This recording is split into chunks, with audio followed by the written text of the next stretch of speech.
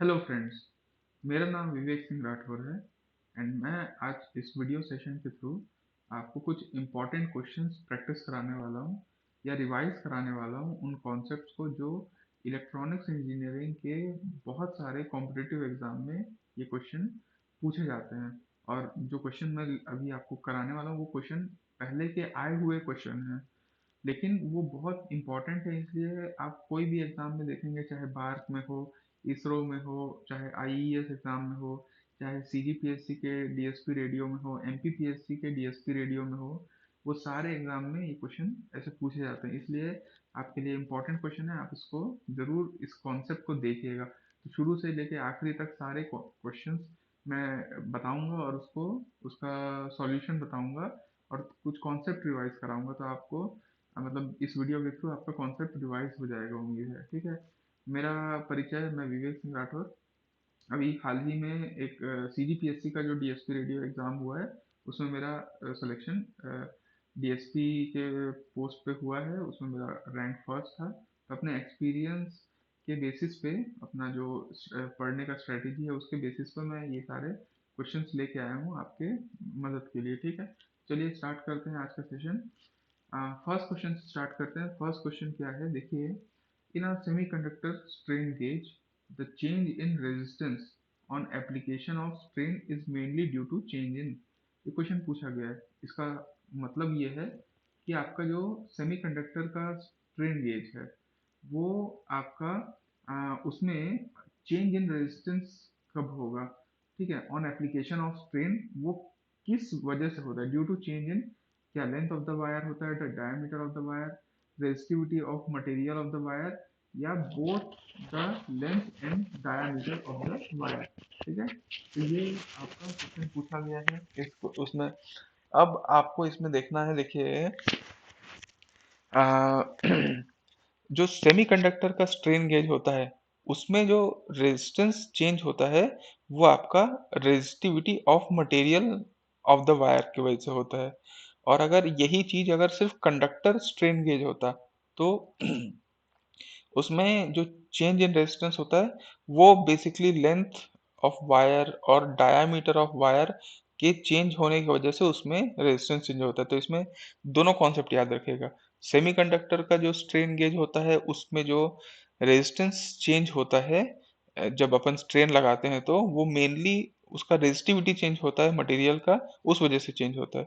और कंडक्टर के strain gauge में आपका लेंथ और डायमीटर की वजह से। तो अगर क्वेश्चन घुमाता है तो आपको उस हिसाब से देख लेना है। ठीक, चलिए नेक्स्ट क्वेश्चन पे आते हैं। नेक्स्ट क्वेश्चन क्या है, इन एन एलवीडीटी। ठीक है, जो आपका एलवीडीटी है, लीनियर वेरिएबल डिफरेंशियल ट्रांसफार्मर, उसमें क्या होता है कि प्राइमरी वाइंडिंग होती है और सेकेंडरी वाइंडिंग होती है। तो क्वेश्चन में पूछ रहा है कि इन एन एलवीडीटी अगर दो सेकेंडरी वाइंडिंग है वो कनेक्ट किया जाता है उसको डिफरेंशियल मोड में, क्यों कनेक्ट किया जाता है, उसका क्या कारण होता है। टू ऑब्टेन, उसमें ऑप्शन है higher output voltage, reduction in output impedance, increase in input impedance, या null the null particular position of core. ठीक, तो आप वैसे जैसे मैं बताता हूँ जब भी क्वेश्चन, तो आप पहले थोड़ा पॉज कर लीजिए, उसको देख लीजिए कि आप क्या सही ऑप्शन लगाते हैं, फिर मैं आपको बताता हूँ सॉल्यूशन। तो इसका सही आंसर है ऑप्शन डी। ठीक है, इसका सही आंसर, एक मिनट मैं आपको वो ले आता हूँ। हाँ, इसका सही ऑप्शन है, आंसर है ऑप्शन डी कि एलवीडीटी में जो दो सेकेंडरी वाइंडिंग कनेक्ट किया जाता है उसको ना एक्चुअली अपन सीरीज में कनेक्ट करते हैं। ठीक है, और दोनों 180 डिग्री आउट ऑफ फेस होता है। जो आपका वाइंडिंग्स होते हैं वो दोनों 180 डिग्री आउट ऑफ फेस होता है। तो इसका जो कारण है वो ये कारण है कि उसमें उन दोनों के बीच में नल ऑब्टेन करना है। तो एक null particular position of core obtain करने के लिए ही हम लोग ये दोनों को डिफरेंशियल मोड में लगाते हैं। तो इसका राइट आंसर है डी ऑप्शन। फिर नेक्स्ट क्वेश्चन में आते हैं हम लोग। नेक्स्ट क्वेश्चन बोलता है कि अगर एक एंटीना है, फॉरेन एंटीना, ठीक, तो रेडिएशन इंटेंसिटी कैसे डिफाइन होगा। तो रेडिएशन इंटेंसिटी आपको मालूम होगा कि एंटीना के लिए रेडिएशन डेंसिटी भी होता है और इंटेंसिटी भी होता है। तो जो डेंसिटी होता है वो पर यूनिट एरिया नापा जाता है और इंटेंसिटी पर यूनिट सॉलिड एंगल नापा जाता है। तो यहाँ देखिए, यहाँ पे ऑप्शन क्या है, पर यूनिट सॉलिड एंगल, पर unit solid angle, per unit area, per unit area. तो दो ऑप्शन तो यहीं से कट गए। अब दोनों में से कौन से सही होंगे? तो एक में बोल रहा है time average radiated power per unit solid angle, और एक में बोलता है peak radiated power per unit solid angle. तो यहाँ पे आपको याद रखना है कि जो रेडिएशन इंटेंसिटी होता है वो टाइम एवरेज, अपन एवरेज वैल्यू निकालते हैं, तो time average radiated power per unit solid angle. So इसका जो सही आंसर है वो ऑप्शन ए है। ठीक है, तो याद रखिएगा, radiation intensity is defined as the time average radiated power per unit solid angle. चलिए फिर हम लोग नेक्स्ट क्वेश्चन पे आते हैं। नेक्स्ट क्वेश्चन क्या बोलता है कि if a continuous time signal है, मतलब अगर एक सिग्नल है एक्स टी, वो एक कंटिन्यूअस टाइम सिग्नल है। अब ये बोल रहा है कि can take on any value in the continuous interval minus infinite से इनफाइनाइट। मतलब अगर माइनस इनफाइनाइट से इनफाइनाइट की अपन कंटिन्यूअस इंटरवल लेते हैं, तो उसमें ये जो सिग्नल है एक्स टी, ये कोई भी value, can take any value in continuous interval, वो कोई भी वैल्यू ले सकता है। तो अब ये सिग्नल एक्स टी क्या है? क्या ये डिटर्मिनिस्टिक सिग्नल है, क्या ये रैंडम सिग्नल है, क्या एनालॉग सिग्नल है, क्या ये डिजिटल सिग्नल है, कौन सा सिग्नल है? तो आपको पता होगा कि एनालॉग सिग्नल ही एक ऐसा सिग्नल है जो कोई भी वैल्यू ले सकता है एक पर्टिकुलर माइनस इनफाइनाइट से इनफाइनाइट के बीच में। डिटर्मिनिस्टिक सिग्नल का मतलब होता है जो सिग्नल डिटरमाइन किए जा सकते हैं कोई मैथमेटिकल इक्वेशन के द्वारा। रैंडम सिग्नल कोई भी रैंडम सिग्नल होता है। और डिजिटल सिग्नल तो आप जानते हैं कि वो सिर्फ दो ही एम्पलीट्यूड ले सकते हैं, या तो जीरो या तो वन। ठीक है, या तो कोई भी दो लेवल आप डिसाइड कर लीजिए, वो दो लेवल को ही ले पाएगा डिजिटल सिग्नल। तो इसलिए इसका आंसर एनालॉग सिग्नल है। एनालॉग सिग्नल कोई भी वैल्यू को ले सकता है। ठीक, उसके बाद नेक्स्ट क्वेश्चन पे आते हैं। नेक्स्ट क्वेश्चन बोलता है कंटिन्यूअस टाइम सिस्टम है, एक कंटिन्यूअस टाइम सिस्टम है, वो बीबो स्टेबल कब होगा? अब जिसको नहीं मालूम उसको बता देता हूँ। बीबोस टेबल का मतलब होता है bounded input bounded output. Bounded input bounded output का मतलब होता है कि जो इनपुट दिए हैं वो एम्पलीट्यूड में बाउंडेड इनपुट होना चाहिए, मतलब उसका जो एम्पलीट्यूड है वो बाउंडेड होना चाहिए, और जो आउटपुट आए वो भी बाउंडेड होना चाहिए। तो उसको हम लोग अच्छा बोलते हैं, तो उसको बीबो स्टेबल बोलते हैं, मतलब bounded input bounded output stable. तो a continuous time system will be BIBO stable if all the eigen value, मतलब एक continuous time signal BIBO stable होगा कब? जब सारे के सारे आइगन वैल्यूज क्या होंगे? क्या वो वन होंगे, क्या वो distinct and there real parts negative होगा, क्या नेगेटिव होगा, क्या जीरो होगा? तो इसका करेक्ट आंसर है नेगेटिव, क्योंकि देखिए जो आइगन वैल्यूज होते हैं वो कहीं ना कहीं roots of the characteristic equation होते हैं। तो अगर रूट्स ऑफ, आपको रूथ हर्विट्स वगैरह पढ़े होंगे वगैरह, तो आपको पता होगा कि roots of the characteristic equation हमेशा नेगेटिव एक्सिस में लाई करना चाहिए। ठीक है, तभी वो सिस्टम स्टेबल होता है। तो कोई भी कंटिन्यूअस टाइम सिस्टम स्टेबल तभी होगा जब सारे के सारे, if all the eigen values अगर नेगेटिव होंगे तो it is the correct answer. ठीक है, तो चलिए अब आगे बढ़ते हैं और नेक्स्ट क्वेश्चन को देखते हैं। नेक्स्ट क्वेश्चन क्या बोलता है कि the ramp function can be obtained from the unit impulse at t is equal to zero by. Question क्या कहना चाह रहा है कि जो रैंप फंक्शन होता है, देखिए कोई भी फंक्शन आपका, जैसे यूनिट इम्पल्स होता है, ठीक है, यूनिट स्टेप होता है, वैसे ही आपका रैंप फंक्शन भी होता है। ठीक है, तो रैंप फंक्शन होता है, वो कैसे ऑब्टेन होगा from unit impulse, unit impulse से रैंप कैसे आएगा? तो मुद्दे की बात यह है कि आपको पता होगा कि यूनिट इम्पल्स का इंटीग्रेशन करते हैं तो हमको यूनिट स्टेप मिलता है, और यूनिट स्टेप का इंटीग्रेशन करते हैं तो यूनिट रैंप मिलता है। तो ऑब्वियसली अगर रैंप चाहिए यूनिट इम्पल्स से तो दो बार इंटीग्रेट करना पड़ेगा। तो यहाँ ट्वाइस ऑप्शन देखिए, यहाँ बी और डी में है, और बी में डी डिफरेंशिएटिंग है, डी में इंटीग्रेटिंग है। तो करेक्ट आंसर क्या होगा? Integrating unit impulse function twice. ठीक है, it is the correct answer. Next question की तरफ आगे बढ़ते हैं कि देखिए क्वेश्चन क्या बोलता है, a source of power per unit energy, मतलब हर एनर्जी में क्या पावर है? तो a source of power per unit energy feeds the input port of N amplifier. मतलब एक सोर्स है जो फीड कर रहा है input port of N amplifier, amplifier के इनपुट पोर्ट में एक सोर्स को अपन लगा दिए हैं, ठीक है। अब क्या बोलता है, and the output port is connected to load, मतलब आउटपुट जो पोर्ट है वो एक लोड से कनेक्ट कर दिया गया है, ठीक। अब क्या बोल रहा है, the input impedance of the ideal amplifier should ideally be. अब वो बोल रहा है इतना सब तो चलो आपको दिमाग घुमाने के लिए सब कुछ कर दिया, फाइनली क्या बोल रहा है कि भैया आइडियल एम्पलीफायर का इनपुट इम्पीडेंस कितना होना चाहिए आइडियली। तो देखिए ये आपको एकदम रटा रुटाया याद होना चाहिए कि एक आइडियल एम्पलीफायर का इनपुट इम्पीडेंस भी इनफाइनाइट होता है, ठीक है। उसका आउटपुट इम्पीडेंस भले जीरो होता है लेकिन आइडियल का इनपुट इम्पीडेंस इनफाइनाइट होता है, ये चीज को बिल्कुल याद रखेगा। और अगर प्रैक्टिकल बोल देगा ना कि आइडियल एम्पलीफायर नहीं है, प्रैक्टिकल एम्पलीफायर है, उसका इनपुट इम्पीडेंस कितना होना चाहिए, तो उसका 10⁶ होता है। तो ये याद रखेगा कि आइडियली जो इनपुट इम्पीडेंस है आइडियल एम्पलीफायर का वो आपका इनफाइनाइट वैल्यू होता है, ठीक है, इनफाइनाइट वैल्यू। तो ये चीज एकदम याद रखिएगा। नेक्स्ट क्वेश्चन की तरफ मूव ऑन करते हैं। नेक्स्ट क्वेश्चन क्या है, देखिए, the signal xn should shown in the below figure. ये आपको एक सिग्नल दे दिया है और ये एक्सएन है, एन का मतलब है कि ये सिग्नल डिस्क्रीट में है। तो सिग्नल एक्स एन है जो आपको बिलो फिगर में दे रहा है, वो क्या है, वो पीरियोडिक डिस्क्रीट टाइम सिग्नल है, पीरियोडिक सिग्नल है, नॉन पीरियोडिक सिग्नल है, या periodic discrete time signal, consist of 3 non zero sample. अब आप इसको देखिएगा, पीरियोडिक सिग्नल क्या होता है, जो एक टाइम पीरियड के बाद अपने आप को रिपीट करते हैं, उसी को पीरियोडिक बोलते हैं।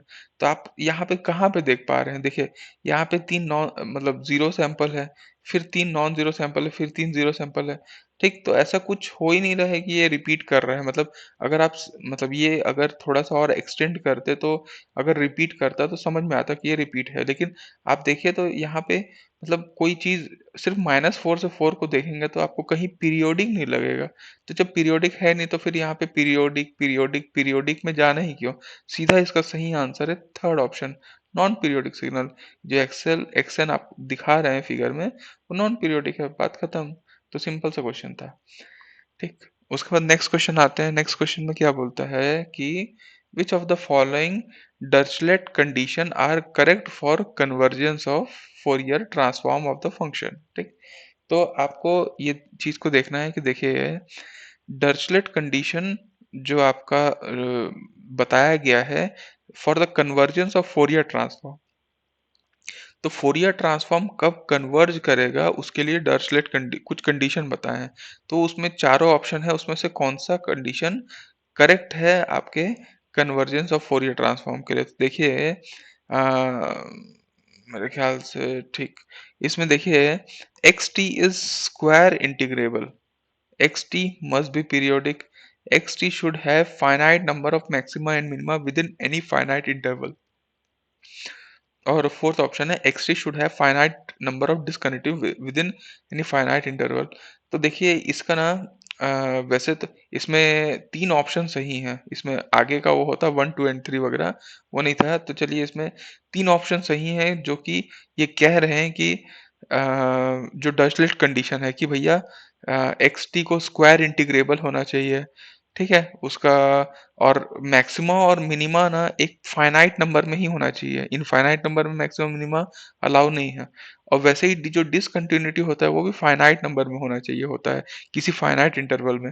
तो इसीलिए इसका जो है वो डसलेट कंडीशन जो बता रहा है वो आपका इंटीग्रेबल और ये आपका है, ठीक है। तो चलिए आगे बढ़ते हैं और देखते हैं नेक्स्ट क्वेश्चन क्या है। नेक्स्ट क्वेश्चन क्या बोलता है कि if F T is a real and odd function, अगर एफ टी आपका जो फंक्शन है जो टाइम डोमेन में है वो रियल और ऑड फंक्शन है, तो उसका फोरियर ट्रांसफॉर्म क्या होगा, एफ ओमेगा क्या होगा। तो देखिए एफ टी आपका रियल और ऑड फंक्शन है, तो इस चीज को एकदम याद रखिएगा, इस ये एकदम फॉर्मूला है, मतलब फॉर्मूला नहीं, ये कॉन्सेप्ट है। और ये कॉन्सेप्ट से हमेशा इधर उधर क्वेश्चन पूछते हैं, तो इसमें क्या देख रहे हैं, अगर एफ टी रियल है, ठीक है, रियल है और ऑड है, दो कंडीशन बनता है, एफ टी अगर रियल है और इवन है, पहला कंडीशन, और दूसरा कंडीशन है कि अगर एफ टी रियल है और ऑड है। तो इस दोनों कंडीशन को याद रखिएगा, एफ टी अगर रियल है और इवन होता है तो इवन होने की वजह से वो जो एफ ओमेगा होगा वो भी रियल और इवन हो जाता है। और यहाँ पे अगर एफ टी रियल और ऑड है तो ऑड होने की वजह से वो रियल को भी चेंज कर देता है। तो ये याद रखिएगा कि अगर एफ टी अगर ऑड है तो उसका जो रियल पार्ट है वो इमेजिनरी पार्ट में चल देता है और ऑड का ऑड रहता है। तो इसका सही आंसर होगा F omega should be imaginary and odd function of omega. C option will be the correct option. क्योंकि अब आपको इसका कॉन्सेप्ट अच्छे से समझा दिया मैं कैसे इसको बनाना है। F T real and odd और F T real and even. Real and even होगा तो उसका एफ ओमेगा क्या होगा, रियल एंड इवन ही होगा, उसमें कोई चेंजेस नहीं आएगा क्योंकि इवन चेंज नहीं करता। अब यहाँ रियल एंड ऑड है तो उसकी वजह से एफ ओमेगा क्या होगा, इमेजिनरी एंड ऑड। ठीक है, तो इस चीज को, ये क्वेश्चन आता है एग्जाम में हर बार, बहुत सारे क्वेश्चन मतलब एग्जाम में मैं देख चुका हूँ ये क्वेश्चन, तो इसको ध्यान दीजिएगा। ठीक, अब हम लोग आगे बढ़ते हैं और हम लोग देखते हैं कि देखिए नेक्स्ट क्वेश्चन क्या है। For certain sequences which are neither absolutely summable nor square summable. ठीक, तो कुछ सर्टेन सीक्वेंस होते हैं जो न ही एब्सोल्युटली समेबल होता है न ही स्क्वायर समेबल होता है। ठीक है, it it is possible to have a Fourier transform representation if we, उसको मतलब वो कहना क्या चाह रहा है क्वेश्चन में कि कुछ जो सीक्वेंस होते हैं जो ना कि समेबल होते हैं ना कि स्क्वायर समेबल होते हैं, तो उनका फोरियर ट्रांसफॉर्म रिप्रेजेंटेशन कैसे निकाला जाए। If we take short time Fourier transform, अगर हम शॉर्ट टाइम फोरियर ट्रांसफॉर्म ले लें तो क्या उन सीक्वेंस का फोरियर ट्रांसफॉर्म हम निकाल पाएंगे। इफ अगर हम इवेल्युएट करते फोरियर ट्रांसफॉर्म को सिर्फ real part of the sequence में, और क्या बोलते हैं, सी ऑप्शन है allow D T F T to contain impulses, और डी ऑप्शन है evaluate Fourier transform over a limited time span. तो देखिए इसका सही आंसर क्या है, देखिए फोरियर ट्रांसफॉर्म कब आपका समेबल होगा और कब स्क्वायर समेबल होगा, जब मतलब डीटीएफटी तभी डिफाइन होता है जब आपका फोरियर ट्रांसफॉर्म समेबल होता है। ये चीज को याद रखिएगा। तो डीटीएफटी तो तभी डिफाइन होगा, लेकिन यहाँ तो बोल रहा है कि सीक्वेंस ऐसा है जो समेबल ही नहीं है, स्क्वायर समेबल ही नहीं है, तो अब उसका फोरियर ट्रांसफॉर्म कैसे निकाले। तो वो तभी निकलेगा जब वो डीटीएफटी में हम कुछ इम्पल्सेस को अलाउ करते हैं। तो इसलिए यहाँ पे लिखा है two if we allow DTFT to contain impulses, इसलिए सही ऑप्शन है इसका सी ऑप्शन। ठीक है, तो ये चीज को याद रखिएगा। तो नेक्स्ट क्वेश्चन आपका है कि रेजिस्टिविटी ऑफ मटेरियल, एक मटेरियल की जो रेजिस्टिविटी होती है is a function of temperature. ये तो सही बात है कि कोई भी मटेरियल की जो रेजिस्टिविटी होती है वो टेम्परेचर पे डिपेंडेंट होती है, टेम्परेचर आप बढ़ाएंगे तो रेजिस्टिविटी कम या ज्यादा हो सकती है। तो ये बोल रहा है कि resistivity of material is a function of temperature, लेकिन क्यों, मतलब बिकॉज क्या कारण है उसका। तो ये बोल रहा है कि ए ऑप्शन बोलता है इलेक्ट्रॉन डेंसिटी वेरी करता है टेम्परेचर से, बी ऑप्शन बोल रहा है इलेक्ट्रॉन गैस की जो डेंसिटी है वो वेरी करता है, तीसरा ऑप्शन ये बोल रहा है कि जो amplitude of vibration of atom है, जो एटम्स वाइब्रेट करते हैं उसकी जो एम्पलीट्यूड है वो वेरी करता है टेम्परेचर से, और चौथा है D all of the above. तो यहाँ पे आंसर क्या है, देखिए कि जो मटेरियल की रेजिस्टिविटी है वो टेम्परेचर के फंक्शन होती है, क्योंकि क्योंकि इसका मतलब सबसे बड़ा कारण ये है कि जो एटम है ना वो टेम्परेचर को बढ़ाने से वाइब्रेट करने लग जाते हैं। ये एकदम एकदम सही कारण है। तो amplitude of vibration of atom ये वेरी करता है टेम्परेचर की वजह से, और इसी की वजह से आपका रेजिस्टिविटी ऑफ मटेरियल चेंज होता है। तो इसका ऑप्शन सही ऑप्शन सी है। ठीक है, ये याद रखिएगा। नेक्स्ट क्वेश्चन की तरफ आगे बढ़ते हैं। नेक्स्ट क्वेश्चन क्या बोलता है कि अगर सिलिकॉन है, ठीक, और जर्मेनियम है, ये तो आप जानते होंगे कि अगर सिलिकॉन और जर्मेनियम है इसका प्योर फॉर्म अगर आप देखोगे तो उसको हम लोग इंट्रिंसिक सेमीकंडक्टर बोलते हैं। और अगर यही सिलिकॉन और जर्मेनियम प्योर जो है उसमें अगर हम लोग कोई डोपिंग डाल देते हैं तो वो एक्सट्रिंसिक सेमीकंडक्टर बन जाता है। ये चीज आप पता होगा आपको। तो ये बोल रहा है कि मीडियम, जैसे डोपिंग भी ना अलग अलग प्रकार का होता है, जैसे लाइट डोपिंग होता है, हेवी डोपिंग होता है, मीडियम डोपिंग होता है। तो यहाँ पे ये पूछ रहा है कि मीडियम डोपिंग सिलिकॉन और जर्मेनियम में वो किस ऑर्डर में होता है। अगर अपन जो इम्प्योरिटी डालते हैं वो किस ऑर्डर में डालते हैं, तो आप याद रखिएगा कि अगर देखिए जैसे वन पार्ट को अगर आप 10 to the power 8 में डालें, मतलब सोचिए 10 to the power 8 बहुत बड़ा चीज, उसमें एक पार्ट आप डाल रहे हैं तो कितना लाइट है। तो 1 part in 10 to the power 8 अगर आप करते हैं तो वो लाइट डोपिंग होता है। अब मान लीजिए सिर्फ 10 to the power 3 है और उसमें आप एक डोपिंग कर दिया तो थोड़ा ज्यादा है, तो इसलिए उसको हैवी डोपिंग बोलते हैं। तो अगर 1 part in 10 to the power 3 आता है तो आपका हैवी डोपिंग में आता है। और अगर 10 to the power 6 में अगर आप वन पार्ट डालते हैं तो वो मीडियम डोपिंग कहलाता है। तो इसका सही ऑप्शन है 1 part in 10 to the power 6। इसको हम लोग मीडियम डोपिंग कहते हैं। ठीक है, तो ये क्वेश्चन आप ध्यान रखिएगा। ठीक, उसके बाद नेक्स्ट क्वेश्चन की तरफ आगे बढ़ते हैं। नेक्स्ट क्वेश्चन क्या बोलता है कि एन इलेक्ट्रिक फील्ड, कोई एक electric field is applied to a semiconductor. आप एक सेमीकंडक्टर लिए, उसमें इलेक्ट्रिक फील्ड अप्लाई कर दिए, बहुत अच्छा। ठीक, अब बोल रहा है कि let the number of charge carrier be N. उसमें चार्ज कैरियर हो सकते हैं एन मात्रा में, ये मान के चलिए। ठीक, and the average drift speed be V, मतलब उसका जो एवरेज ड्रिफ्ट स्पीड है वो वी है। ठीक है, मतलब जो इलेक्ट्रॉन इधर उधर घूम रहे हैं वो उसकी जो ड्रिफ्ट स्पीड है वो वी वेलोसिटी से घूम रहे हैं। चलो ठीक, एन चार्ज कैरियर है वो भी समझ में आया। If the temperature is increased, अगर टेम्परेचर को बढ़ाया जाए तो क्या होगा।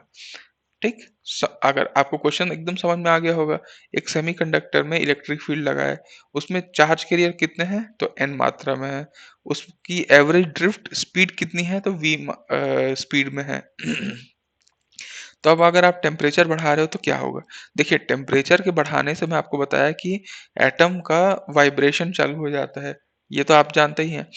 फिर क्या होता है कि आप जब ये जो बॉन्डिंग हुआ रहता है इलेक्ट्रॉन और होल का, वो टेम्परेचर के बढ़ाने की वजह से इलेक्ट्रॉन और होल आपस में टूट जाते हैं। और अगर टूट जाएंगे तो फिर नए चार्ज कैरियर जनरेट होते हैं।